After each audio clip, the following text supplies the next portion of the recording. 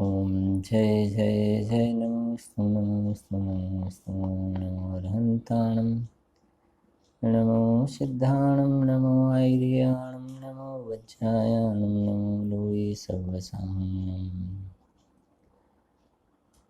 નમઃ સમય સારાય સ્વાનુભૂત્યા ચકાસતે ચિત્સ્વભાવાય ભાવાય સર્વભાવાંતરચ્છિને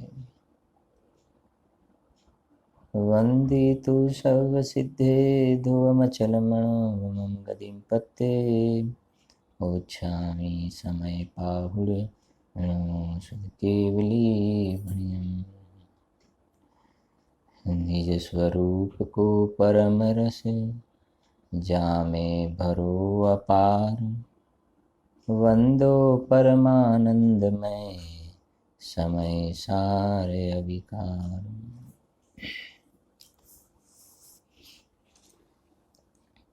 अध्यात्म रसिक कविवर पंडित श्री बनारसी दास जी द्वारा रचित समय सार नाटक ग्रंथ में उत्थानिका अंतर्गत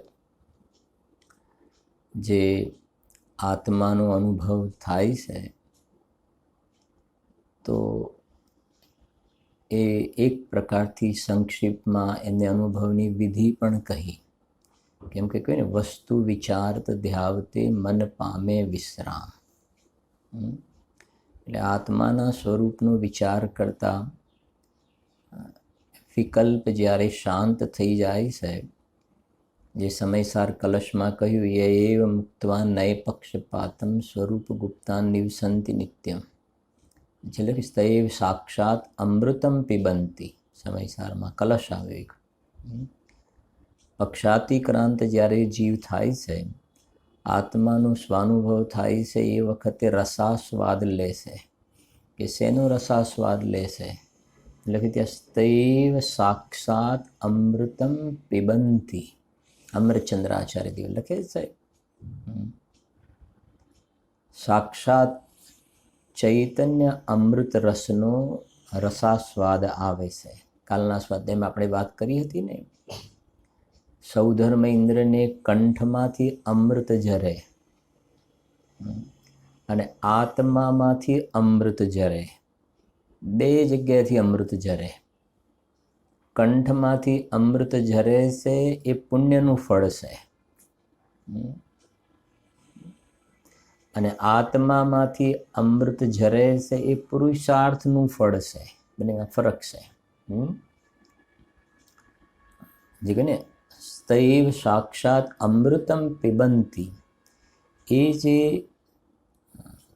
ધર્મામૃતનું પાન કરે છે જ્ઞાની પુરુષો, એ ધર્મામૃતનું પાન કરે છે એ તો પુરુષાર્થનું ફળ છે. અને બહારમાં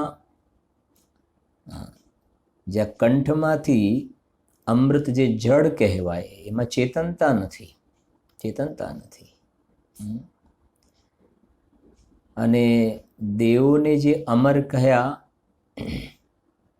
એ તો એમના લાંબા આયુષ્ય છે માટે અમર કહ્યા, બાકી એ પર્યાય પણ ક્ષણભંગુર છે. અને આ આત્માના આશ્રય જે અમૃત ઝરે છે એ તો વાસ્તવમાં જીવને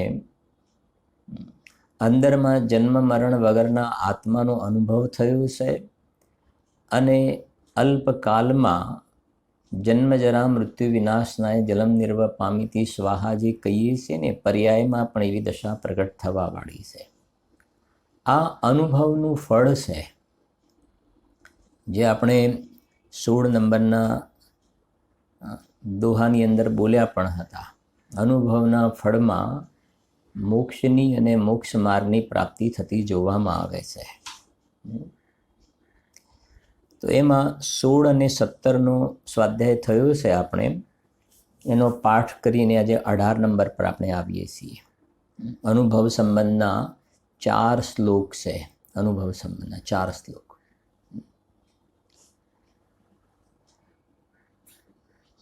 કુલ કેટલા શ્લોક છે ને એ પણ છેલ્લે એમને લખ્યું છે. કુલ કેટલા શ્લોક છે જોવું છે જરાક, એ જોઈ લઈએ પછી આ જોઈએ છે આપણે જરાક. જુઓ છેલ્લે આવી જાઓ, એકદમ છેલ્લે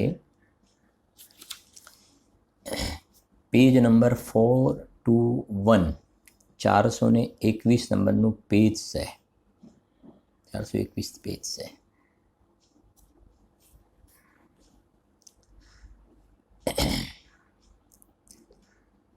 એમાં લખ્યું છે ને, ગ્રંથના સર્વ પદ્યોની સંખ્યા, ગ્રંથના સર્વ પદ્યોની સંખ્યા તો લખી છે જુઓ, 3 से 10 सोरठा दोहा छंद दो, युगल से 45 31 आने हैं, 86 चौपाई 37 23 सवैये, 20 छप्पे 18 कवित बखाने हैं, 7 पुनी ही अडिल 4 कुंडिलय मिली, सकल 7 से 27 ठीक ठाने हैं, 32 अक्षर के श्लोक कीने लेखे, ग्रंथ संख्या 17 से 7 अधिकाने हैं. છેલ્લે એમને આ લખ્યું કે ગ્રંથના સર્વ પદ્યોની સંખ્યા, કુલ કેટલા પદ છે, કુલ કેટલા છંદ છે, તમારું હોમવર્ક પણ છે. દરેક જે અધિકાર છે ને એમાં ટોટલ મારતા જવાનું. દાખલા તરીકે આપણો પહેલો અધિકાર છે, એમાં 51 છંદ છે, 51. પછી બીજો ત્રીજો એ પ્રમાણે ટોટલ મારજો કેટલા થાય છે, તમારે ટેલી થાય છે કે નહીં જરા જોજો તમે. તો અર્થ લખી જો નીચે, 310 સોરઠા, આ બધા છંદની સ્ટાઇલ છે. 310 સોરઠા અને દોહા, બરાબર. એટલે ઉપર લખ્યું છે ને જો, 3 से 10 उत्तर સોરઠા દોહા છંદ દો. આ પ્રકારના છંદ અલગ અલગ પ્રકારના હોય ને. એમાં 310 તો સોરઠા અને 310 દોહા. પછી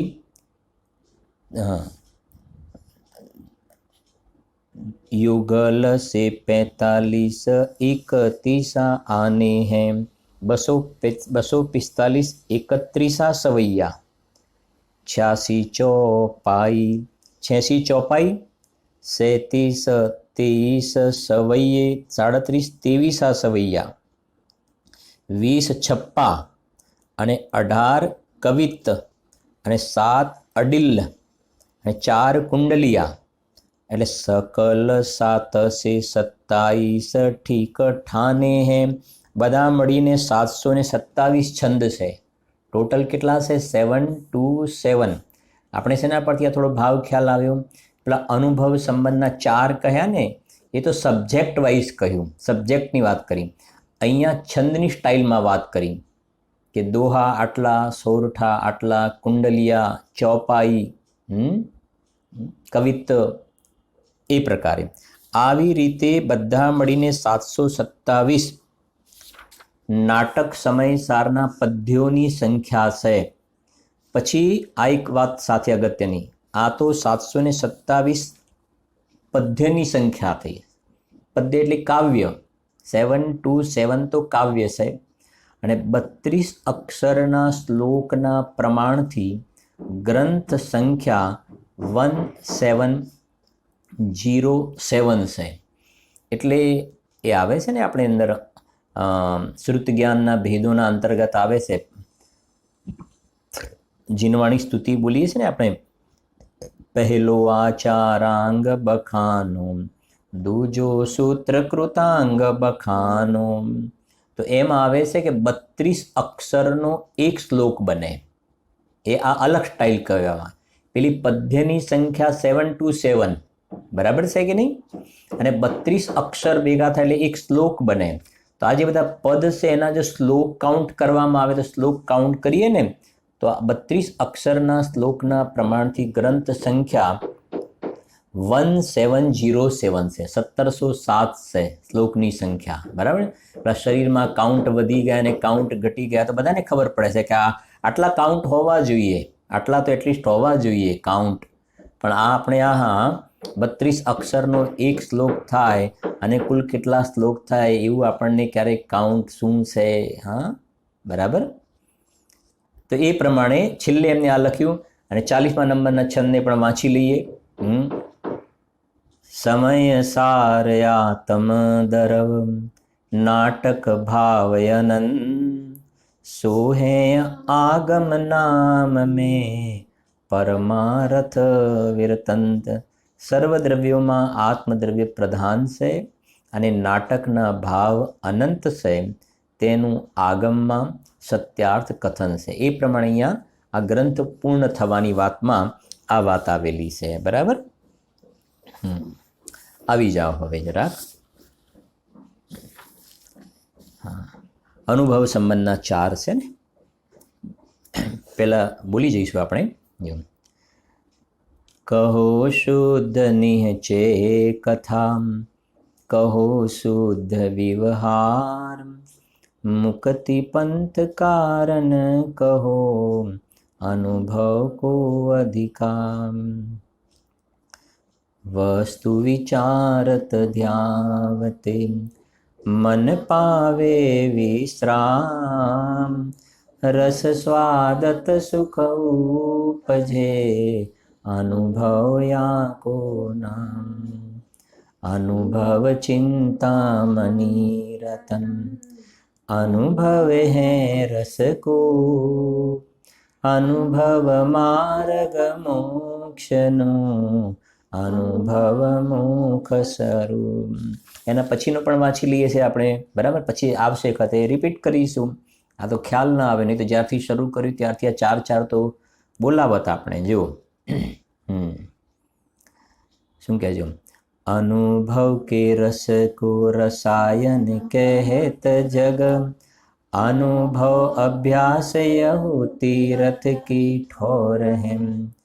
अनुभव की जो रसा कहावे सोई पोर सासु, अनुभव अधोरसा सो उरद की दौर है. अनुभव की के लिए है कामधेनु चित्रावेली, अनुभव को स्वाद पंच अमृत को कौर है. अनुभव कर्म तोरे परम सो प्रीति छोरे, अनुभव સમાન ધર્મ કો ઓર હે. કેટલી સરસ વાત લખી છે. આવશે વખત એની ચર્ચા કરીએ છીએ આપણે. 18 નંબરમાં જોઈએ આપણે હવે શું કહે છે. જુઓ, બહુ સરસ લખ્યું છે ને. અનુભવ ચિંતામણી રતન, અનુભવ હે રસકૂપ, અનુભવ માર્ગ મોક્ષનો, અનુભવ મોક્ષ સ્વરૂપ.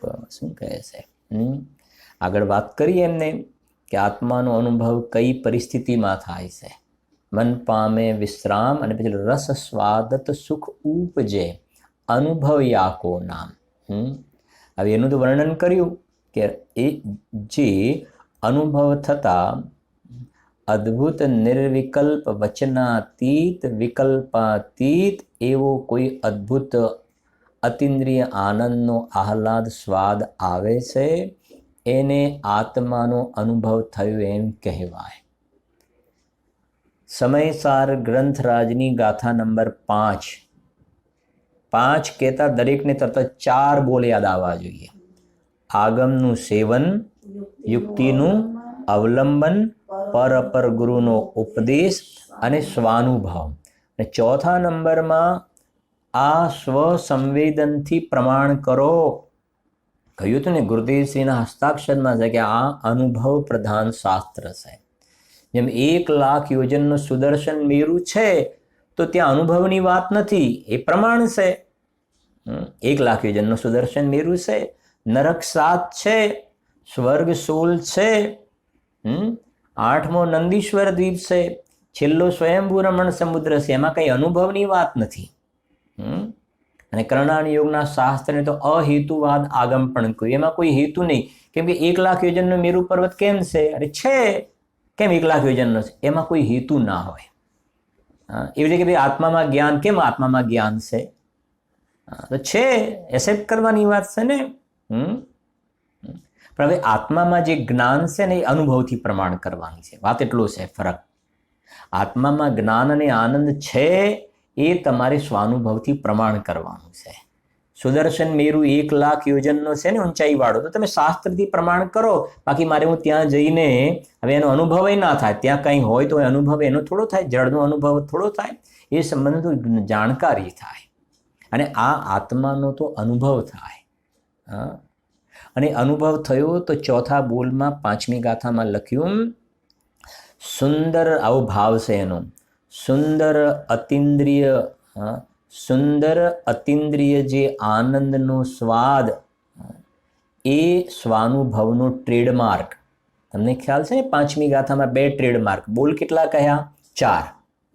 આગમનું સેવન, યુક્તિનું અવલંબન, પર અપર ગુરુનો ઉપદેશ અને સ્વાનુભવ. એમાં જે આગમનું સેવન છે ને એમાં આ શાસ્ત્ર, તો એનો ટ્રેડમાર્ક, તો શું છે ટ્રેડમાર્ક? સ્યાદવાદ, એ આનો ટ્રેડમાર્ક. અને ચોથો બોલ સ્વાનુભવ. સ્વાનુભવનો શું ટ્રેડમાર્ક? આત્માનો અનુભવ થયો એનો શું ટ્રેડમાર્ક? અતિન્દ્રિય આનંદનો સ્વાદ. અતિન્દ્રિય આનંદનો સ્વાદ એનો ટ્રેડમાર્ક. અને અહીંયા અનુભવની જ વાત છે આ, કે આત્માનો અનુભવ થયો તો શું થયું? એટલે કહે ને, સ્વસંવેદનથી પ્રમાણ કરજો. અનુભવ થઈ શકે એવો છે આત્માનો. અને એ કહે છે કે અનુભવ થયો ને, હવે એનો અનુભવનો અહીંયા મહિમા ગાયું છે. બહારમાં લોકો નથી કહેતા અનુભવની વાત. એમ તમને કોઈ વખતે ફ્લાઇટનો અનુભવ થયો છે? આવું પૂછે છે ને બધાને એકબીજાને. આપણે તો જો, આપણે તો ભાઈ પેલા કે જો આપણે ફર્સ્ટ ટાઈમ જઈ રહ્યા છે ફ્લાઇટની અંદર, આપણને કોઈ દિવસે ફ્લાઇટનો અનુભવ નથી થયો. તો કે આ વસ્તુ તો હવે કોમન થઈ ગઈ. બહુ વર્ષો પહેલાં એવું હતું, અત્યારે તો ઓર્ડિનરી બધા પણ ફ્લાઇટમાં જર્ની તો કોમન થઈ ગઈ છે ને. પણ કહેવાનો આશય આપણે નહીં કહેતા, આપણે તો ભાઈ આપણને કોઈ ફ્લાઇટનો અનુભવ થયો છે, આપણે એવું થાય છે અંદર, તો એવું થાય છે, અકળામણ થઈ જાય, આ તે. તો એ અનુભવની વાત કરે છે ને, ફ્લાઇટનો અનુભવ. કોઈ કહે ભાઈ મને તો હેલિકોપ્ટરનો પણ અમે એક વખતે બેઠેલા છે પંચકલ્યાણકની અંદર, અમને તો એનો અનુભવ છે. પછી અલગ અલગ બધી શું કહેવાય ને, પેલું શું કહેવાય તમારું પેલું એસલ વર્લ્ડની અંદર બધી રાઈડ હોય ને અલગ અલગ. પેલો મેરી ગો રાઉન્ડ, ચકડોળ ને બીજું ત્રીજું, આનો અનુભવ, આનો અનુભવ. હવે એ બધાનો કાંઈ જીવને અનુભવ નથી થતો ખરેખર. અનુભવ થોડો થાય છે એ બધાનો. મારી કહ્યું છે કે એના લક્ષ્ય રાગ અથવા તો દ્વેષ થાય છે. બરાબર સમજવાની વાત છે. એ તો પરદ્રવ્ય છે. એના લક્ષ્ય રાગ અથવા તો દ્વેષ થાય. એ રાગ અને દ્વેષને અનુભવે છે, એટલે કે દુઃખને અનુભવે છે ત્યાં તો. અને આત્માનો અનુભવની જ્યારે વાત કરીએ ને, તો આત્માનો અનુભવ થાય છે ત્યાં વિતરાગતાનું વેદન છે, આનંદનું વેદન છે. આ ફરક છે મોટો.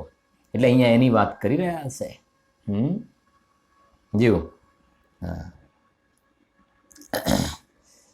વાંચીએ છીએ. જો પહેલું લખીને એટલે મને અનુભવ ચિંતામણી રતન. લો, આ અનુભવને ઉપમા આપી, ચિંતામણી રત્નની ઉપમા આપી. ચિંતામણી રત્ન, એક રત્ન શબ્દ છે ને, રત્ન એક પ્રકારનો પથ્થર આવે છે. આ જેમ સોનું જે છે ને, સોનું એ પણ એક પૂદગલની જ રચના છે. હીરો જે ડાયમંડ કહીએ છીએ ને, એ પણ સ્ટોન છે, એક પ્રકારનો સ્ટોન જ છે, હીરો છે. એવી રીતે ચિંતામણી રત્ન પણ એક પ્રકારનો સ્ટોન છે, પથ્થર છે. પણ એ ચિંતામણી રત્ન જે છે ને, એ જેને ઘણું પુણ્ય હોય એને ચિંતામણી રત્ન પ્રાપ્ત થતો જોવામાં આવે છે. એ પોતે પુણ્યનો અધિષ્ઠાતા હોવો જોઈએ, એને ચિંતામણી રત્ન પ્રાપ્ત થાય છે. કે શું થાય કે ચિંતામણી રત્ન જેની પાસે હોય ને, એ જે પદાર્થનું ચિંતન કરે ને, એ પદાર્થ એને ઉપલબ્ધ કરાવે. જે પદાર્થનું તમે ચિંતન કરો એ એને ઉપલબ્ધ કરાવે, એને ચિંતામણી રત્ન કહેવાય. બરાબર સમજો. 8મી ગાથા સમયસારની, અનાર્યને અનાર્યની ભાષામાં સમજાવવામાં આવે છે. આને પેલા જડ ચિંતામણી રત્નનો મહિમા છે ને, કે જે પદાર્થનું ચિંતન કરો ને એ તમને ઉપલબ્ધ કરાવે. તો આ આત્માના આશ્રય જે આત્માનો અનુભવ થયો ને, એ અનુભવને ચિંતામણી રત્ન કહ્યું. અંદરમાં ત્રિકાલી ધ્રુવ ભગવાન આત્મા એ પણ ચિંતામણી છે, એ ચૈતન્ય ચિંતામણી. અચિંત્ય શક્તિ સ્વયમેવ દેવસ ચિન્ન માત્ર ચિંતામણી રહીશ યશમાં 144 કલશ. આ ચૈતન્ય ચિંતામણી છે, એના આશ્રય જે અંદરમાં અનુભવનો રસાસ્વાદ આવ્યો ને, એ રસાસ્વાદ આવ્યો. વાસ્તવમાં જ્ઞાનીઓ કહે છે કે અમને તો ચિંતામણી પ્રાપ્ત થઈ ગયો. અમારી પર્યાયમાં આ પ્રાપ્ત કરવાની અપેક્ષા એ વાત છે, પ્રાપ્ત કરવાની અપેક્ષા. અમને પર્યાયમાં અનુભવ થયો ને, એનો અર્થ છે કે અમને આ ચિંતામણી રત્નની પ્રાપ્તિ થઈ. કે જેમ કહ્યું ને ચિંતામણી, કે આ અમારે જોઈએ છે, તો જગતના જીવોને મુખ્ય શું જોઈએ છે? કે આનંદ જોઈએ છે, સુખ જોઈએ છે. તો કહે છે કે અમને અનુભવ થતા અતિન્દ્રિય આનંદ સુખની પ્રાપ્તિ થઈને, માટે કહે છે કે આ અનુભવ છે એ ચિંતામણી રત્ન છે, એ ચિંતામણી રત્ન છે. અને પછી લખે છે અનુભવ હે રસ કૂપ. કૂપ એટલે કૂવો, અને શેનો કૂવો? રસનો કૂવો. રસનો કૂવો. લો, આ બહારમાં આપણે કૂવા તો ઘણા જોયા છે. એ કૂવામાં પાણી હોય. હું તમને એમ કહું, પાણીના કૂવાની જગ્યાએ પેટ્રોલના કૂવા હોય, પાણીના કૂવા હોય, એવી જગ્યાએ શેરડીના રસનો એ કૂવો હોય. આખા કૂવામાં શેરડીનો રસ જ, એમાંથી આમ ડોલ કાઢો ને, એમાં એકદમ સ્વીટ પાણી આવે. શેરડીનો રસ એટલે ભાવ સમજો, એમાંથી જે પેલા કૂવામાંથી મીઠું પાણી આવે ને, આ પાણી આવે, કોઈ પાણી પેલું એવું આવે. તે કહે છે કે એમાંથી નિરંતર પાણી આવતું જાય છે, ને એ પાણી એકદમ મીઠું પાણી હોય છે. નથી હોતા કેટલાક પાણી એકદમ સ્વીટ પાણી હોય.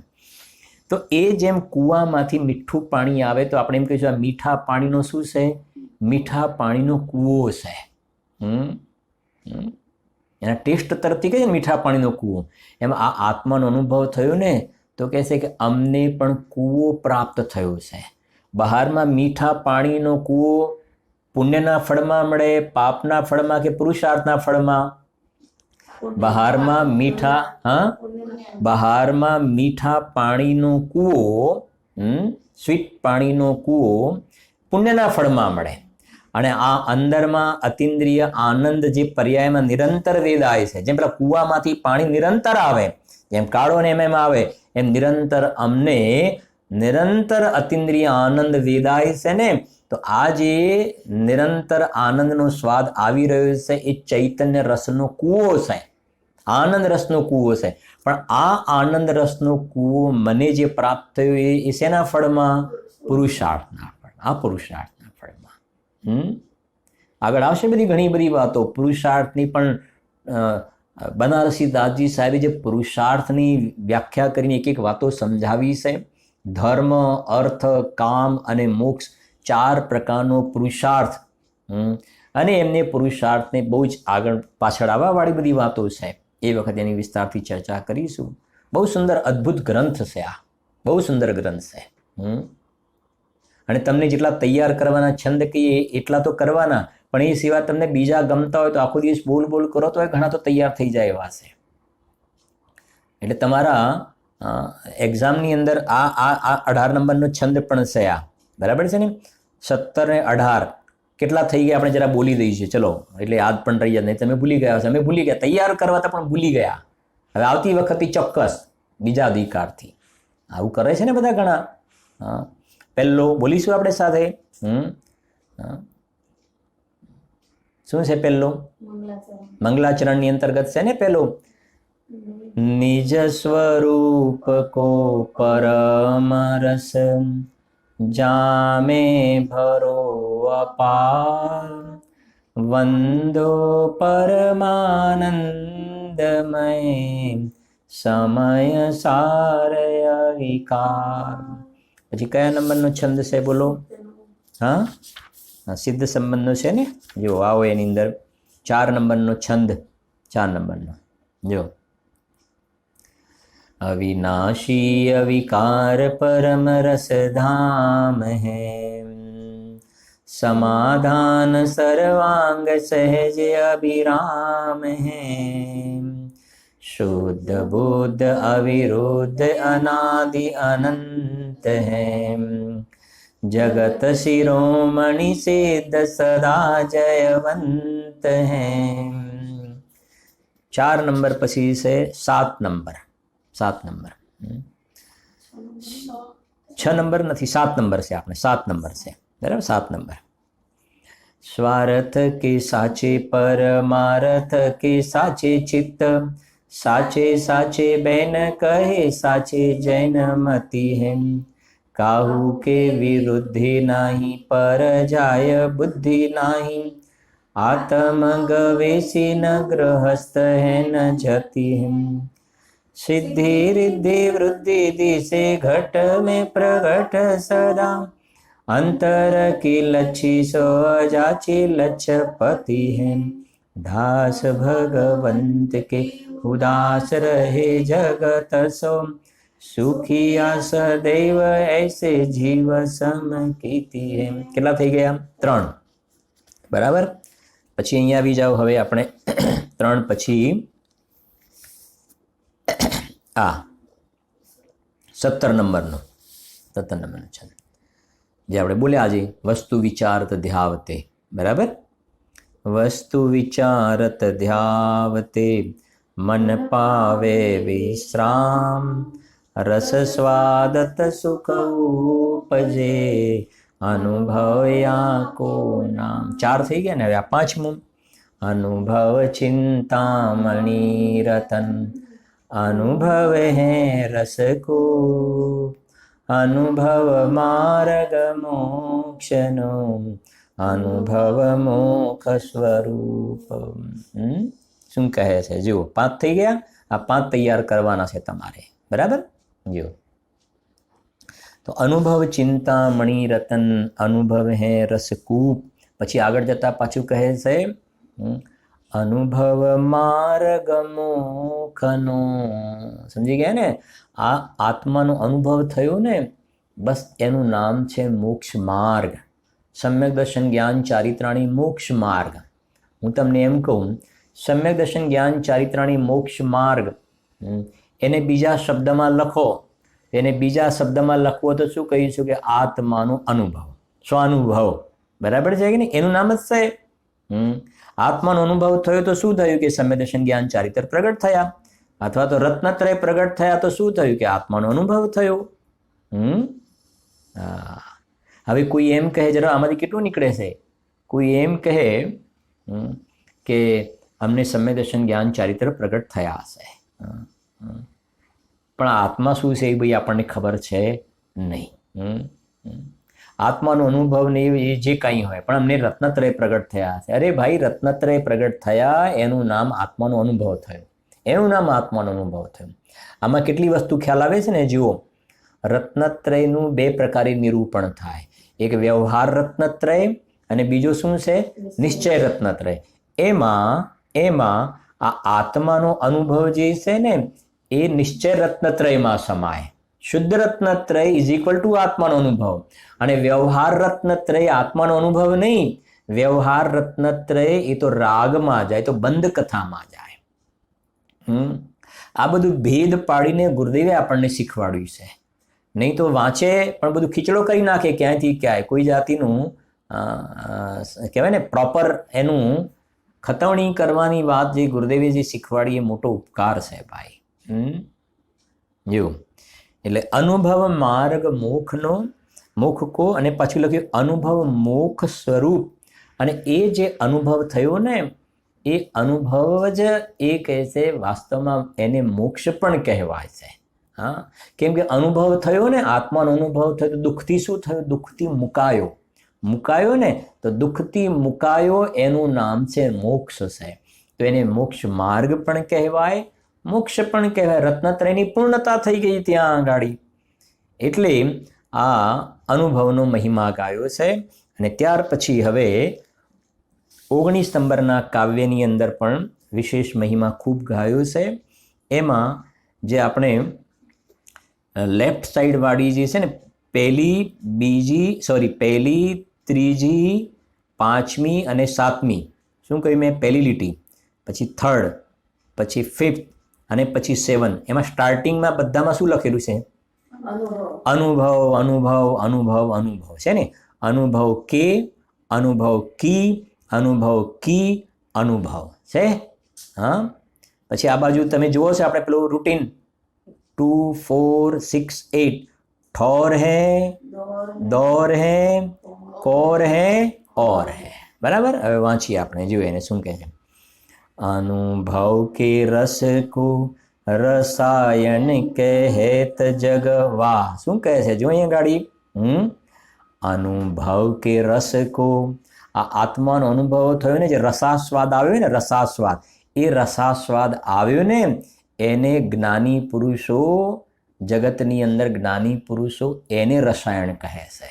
રસાયણ, રસાયણ સમજો છો કે નથી સમજતા? રસાયણ.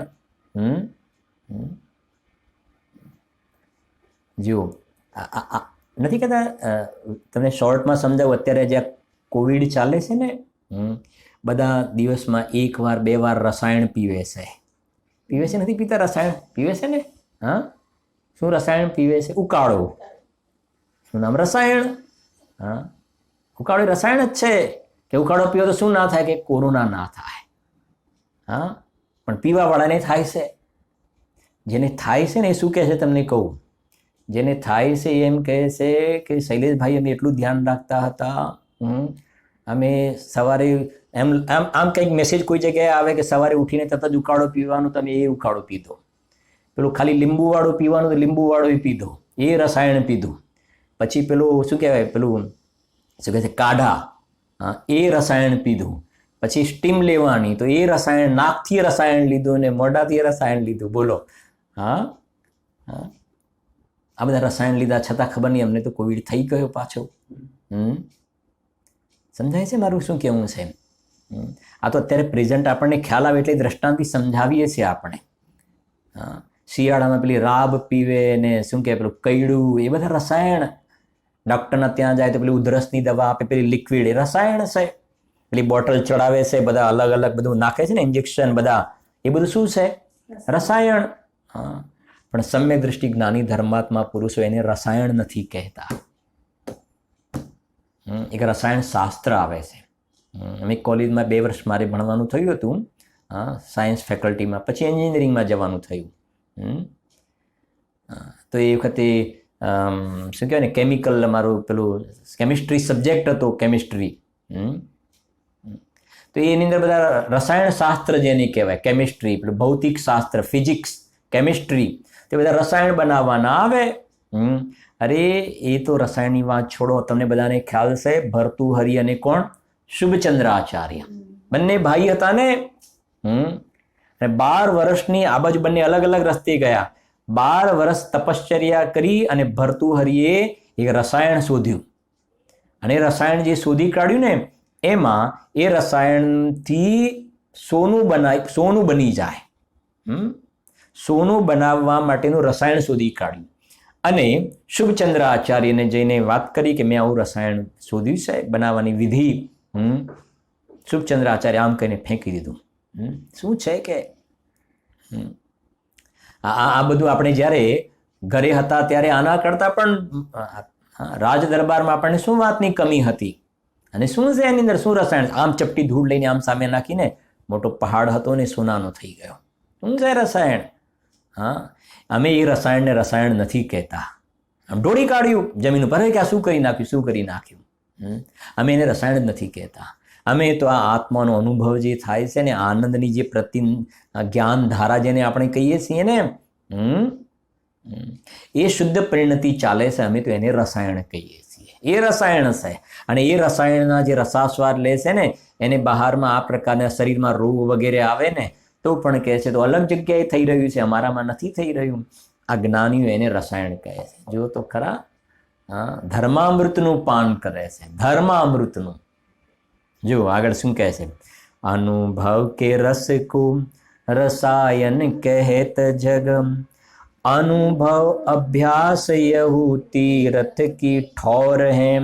નીચે અર્થ કર્યું છે જુઓ. અનુભવનો અભ્યાસ એક તીર્થભૂમિ છે. શું કહે છે? અનુભવનો અભ્યાસ એક તીર્થભૂમિ છે. વાહ. હા, આપણે નથી સિદ્ધ ક્ષેત્ર ઉપર, તીર્થ ક્ષેત્ર ઉપર આપણે જઈએ છીએ ને યાત્રામાં. તો સિદ્ધ ક્ષેત્ર, તીર્થ ક્ષેત્ર ઉપર શા માટે જઈએ છીએ? શા માટે તીર્થ ક્ષેત્ર ઉપર જઈએ છીએ આપણે? સમ્મેદ શિખર, ચંપાપુર, પાવાપુર, આહારાજી, પપોરાજી, નૈનાગીરી, ગિરનાર, હા, પાલીતાણા શા માટે જઈએ છે? તીર્થક્ષેત્ર શા માટે? તીર્થક્ષેત્ર એટલા માટે કે ત્યાંથી અનંત જીવો જે છે, જે સંખ્યા જે પ્રમાણે છે, એ ત્યાંથી આત્માનો અનુભવ કરી અને કૃતકૃત્ય દશાને પ્રાપ્ત થયા છે. કોનો અનુભવ કરીને? આત્માનો અનુભવ કરીને કૃતકૃત્ય દશાને પ્રાપ્ત થયા છે. એટલે વાસ્તવમાં તો જે આત્માનો અનુભવ થયો ને એ તીર્થ છે. આત્માનો અનુભવ થયો એ તીર્થ, અને જે સ્થાન ઉપર આત્માનો અનુભવ થયો ને એ સ્થાનને વ્યવહારથી શું કહેવાય છે? એ સ્થાનને વ્યવહારથી તીર્થ કહેવાય છે. તમને તીર્થની વ્યાખ્યા ખ્યાલ છે? જેનાથી તરાય તેને શું કહેવાય? તીર્થ. જેનાથી તરાય તે તીર્થ. અને રત્નત્રય તે તીર્થ છે. રત્નત્રય તે શું છે? તીર્થ છે. એનાથી જીવ તરે છે, સંસાર સમુદ્રથી એના વડે તરે છે, રત્નત્રય વડે. હવે મને જવાબ આપો, રત્નત્રય અને અનુભવમાં કોઈ ફરક છે કે ના? એ આપણે હમણાં જ ભણ્યા. રત્નત્રય અને અનુભવમાં કોઈ ફરક નથી. એટલે વાસ્તવમાં તો રત્નત્રય જે છે એ સંસાર સમુદ્રથી તારનાર છે.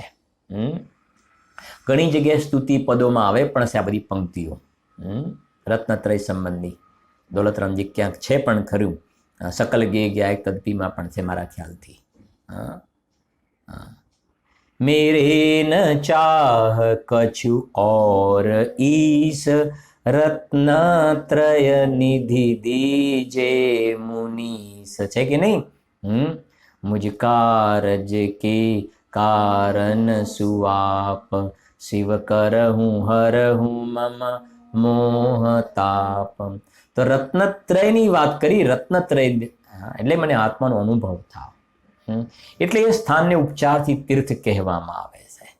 આપણે સોનગઢ સુવર્ણપુરી જઈએ ને, તો સોગાનીજી સાહેબે પેલા સમિતિના રૂમમાં આત્માનો અનુભવ કર્યો. તો સમિતિનો રૂમ જોવા માટે કેમ જઈએ છીએ આપણે? સમિતિનો રૂમમાં છે કંઈ? એ તો પહેલા પણ હતું, પણ પછી કેમ એનો મહિમા આવ્યો? કે ત્યાં સોગાનીજી સાહેબે કોનો અનુભવ કર્યો? આત્માનો અનુભવ. એ અનુભવ થયો ને એટલે એક પ્રકારથી ત્યાં એ તીર્થવાળી સંજ્ઞા પ્રાપ્ત થઈ. ત્યાં આગળ સમજાય છે ને, એક પ્રકારનો એ સ્થાનને જોવાનો મહિમા આવ્યો આપણને. ગુરુદેવ શ્રી સોનગઢમાં રહ્યા ને, વર્ષો રહ્યા, એટલે સ્થાન શું થઈ ગયું? તીર્થ. કેમ? કેમ કે ગુરુદેવ શ્રીએ પોતાની પર્યાયમાં રત્નત્રય પ્રગટ કર્યા હતા. એમ જુઓ, અનુભવ અભ્યાસ યહુ તીર્થ કી ઠોર હૈ. પછી શું કહે છે? અનુભવ કી જો રસા કહાવે સોઈ પોર સાસુ.